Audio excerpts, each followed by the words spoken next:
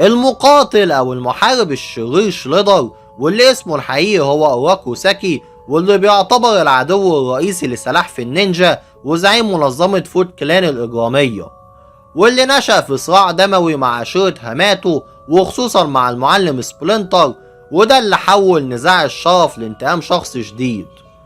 وشرودر كان معروف بمهارته القتالية المذهلة كنينجا خبير، وذكائه الحاد وارتدائه للدرع المعدني ذو الشفرات الحادة اللي بيعكس شخصيته العدوانية.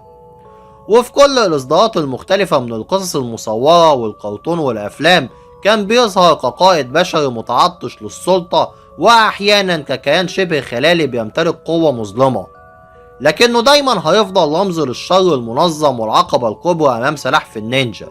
فشخصيته بتجمع بين الغموض والقسوة والانضباط العسكري، وده اللي خلاه أحد أكتر الأعداء أيقونية في عالم الرسوم المتحركة والألعاب المصورة.